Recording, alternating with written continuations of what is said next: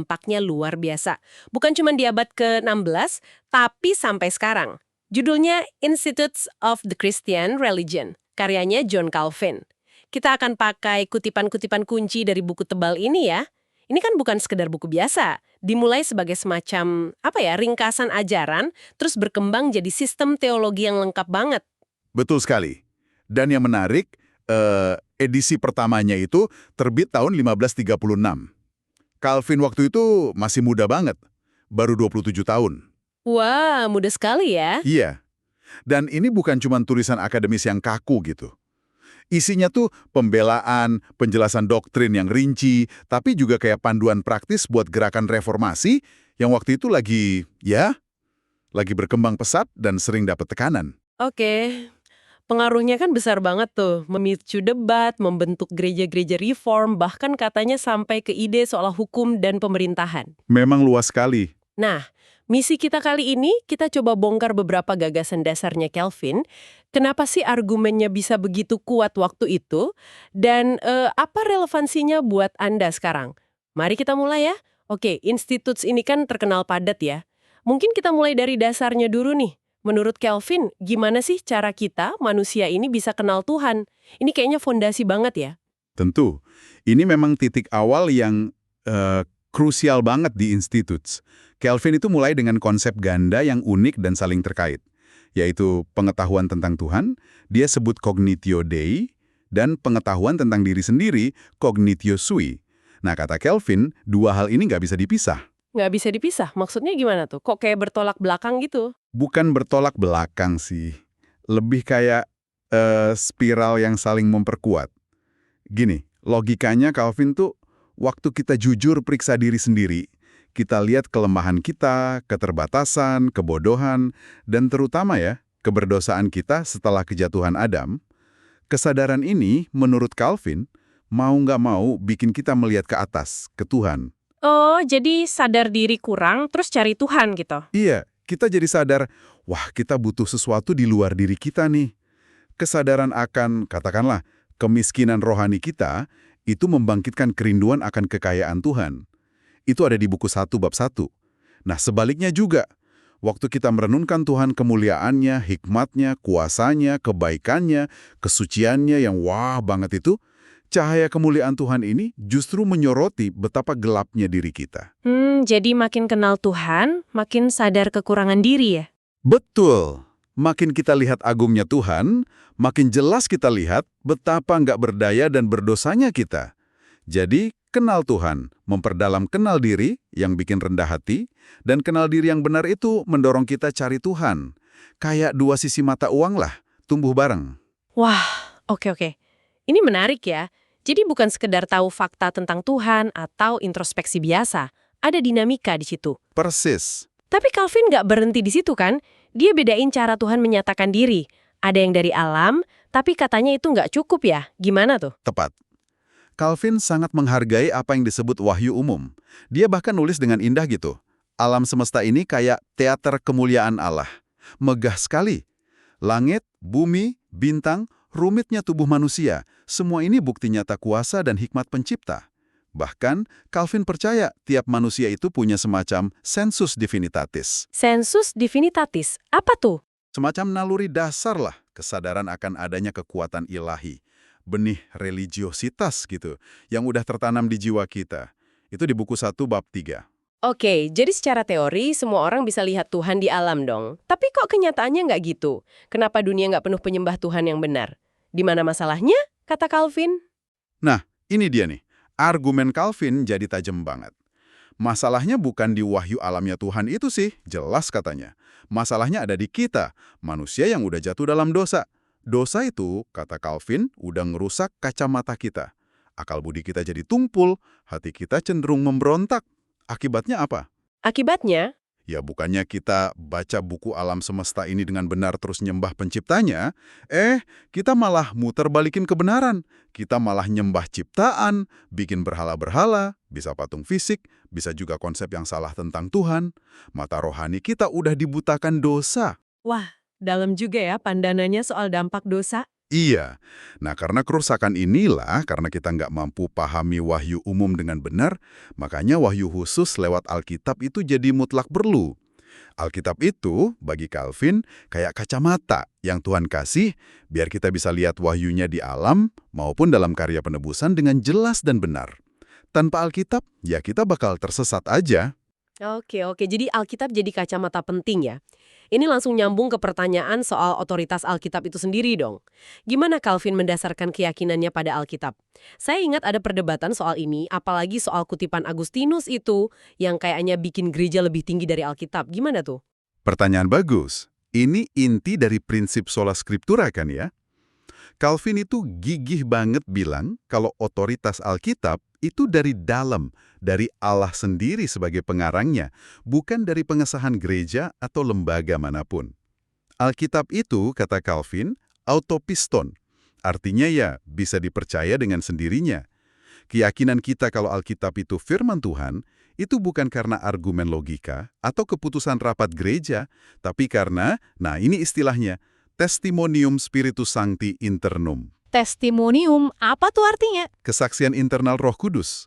Di dalam hati orang percaya, Roh Kuduslah yang kayak membuka mata hati kita buat mengenali suara Tuhan di dalam Alkitab itu. Oh, jadi bukan karena gereja bilang benar, tapi karena Roh Kudus yang yakinkan kita secara pribadi. Itu beda banget ya sama pandangan abad pertengahan. Signifikan bedanya. Terus gimana soal kutipan Agustinus tadi, yang aku nggak akan percaya Injil kalau nggak digerakkan otoritas gereja?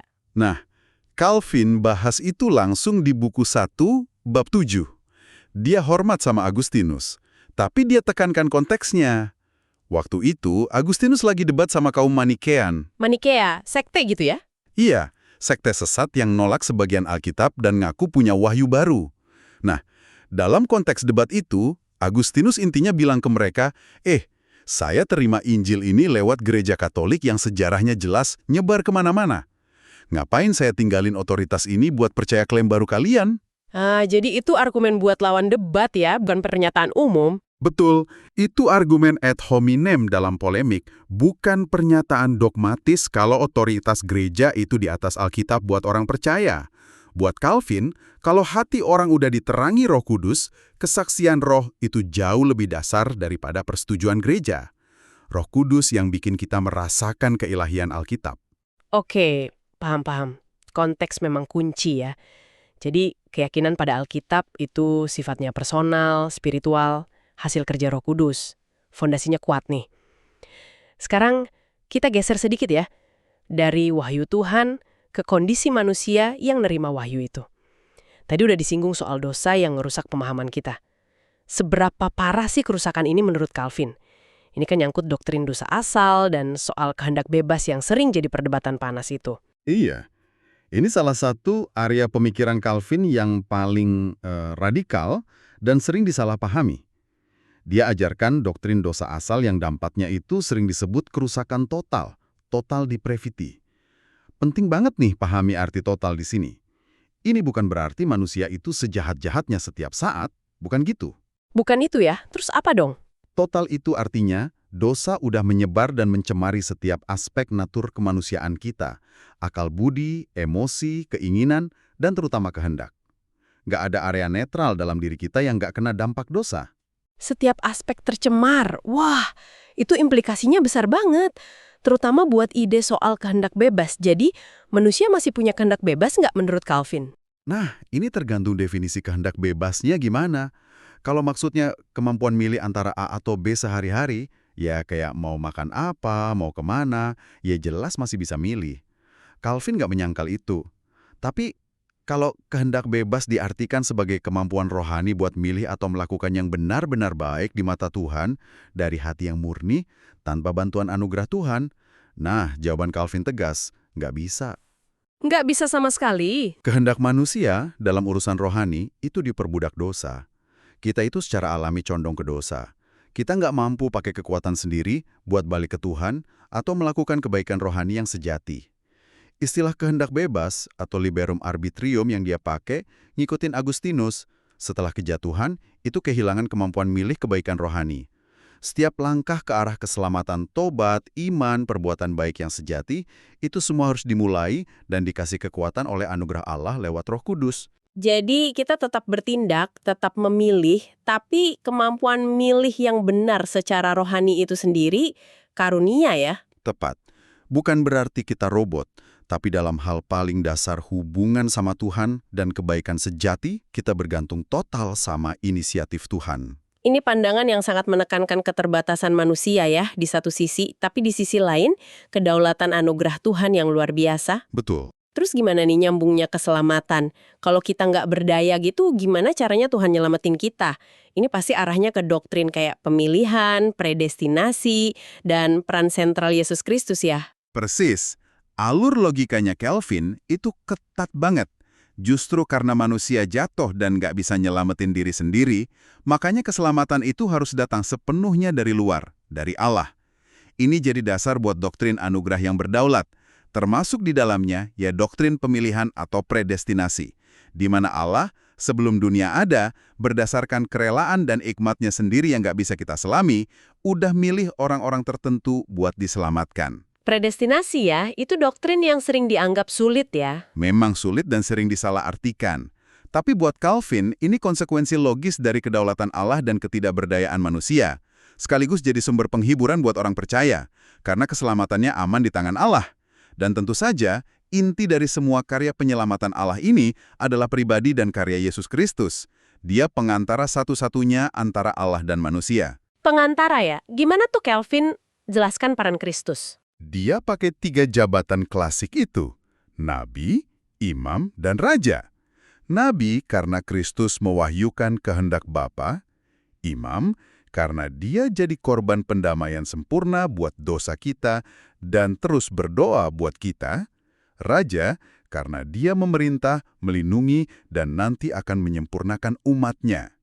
Lewat hidupnya yang taat, kematiannya yang nanggung murka Allah, dan kebangkitannya yang kalahkan maut, Kristus itu memenuhi semua tuntutan keadilan Allah dan mendamaikan kita dengan Bapa. Oke, terus gimana kita bisa terima manfaat karya Kristus ini? Peran iman gimana? Iman itu kuncinya. Tapi kata Calvin, iman itu sendiri pun bukan usaha kita.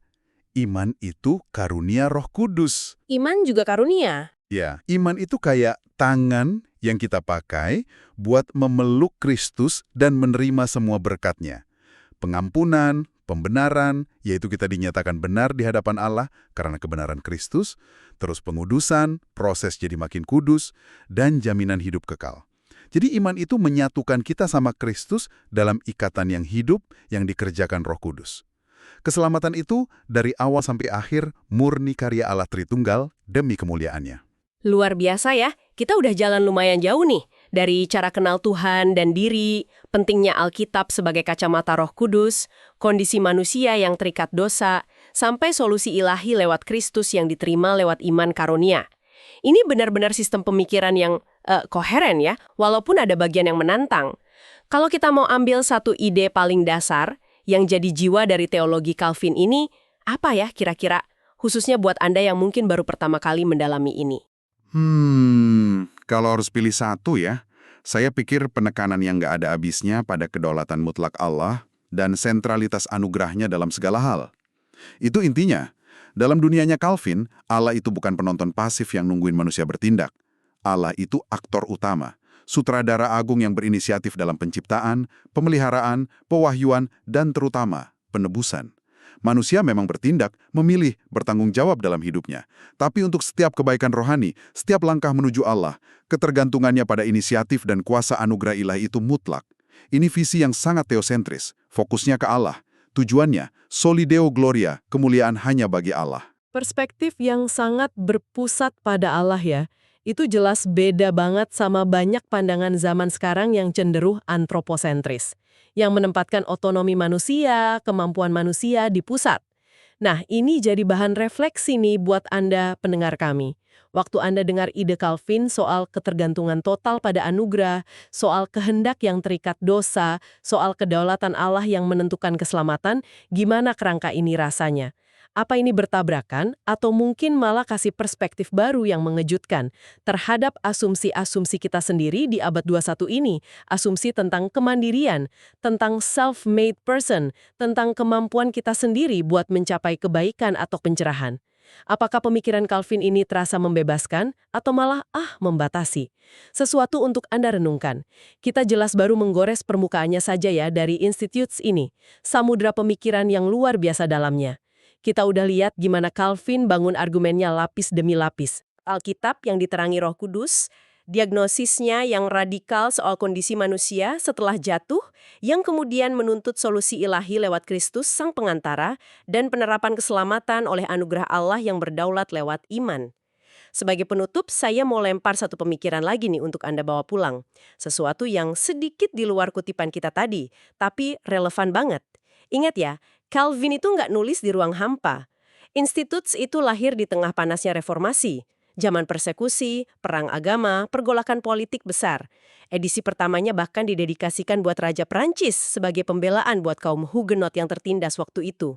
Pertanyaannya gini, sejauh mana pemahaman kita tentang konteks yang penuh tekanan ini, perjuangan buat bertahan hidup, kebutuhan bangun komunitas yang kuat, upaya membela kebenaran di depan penguasa, membantu kita paham kenapa Calvin menekankan doktrin-doktrin tertentu dengan begitu kuat, dan gimana kesadaran akan konteks sejarah itu seharusnya membentuk cara kita membaca, menafsirkan, dan mungkin menerapkan ide-ide teologisnya di dunia kita yang sangat beda sekarang ini. Ini pertanyaan soal hubungan teks, konteks, dan kita sebagai pembaca masa kini. Sesuatu yang patut direnungkan lebih dalam.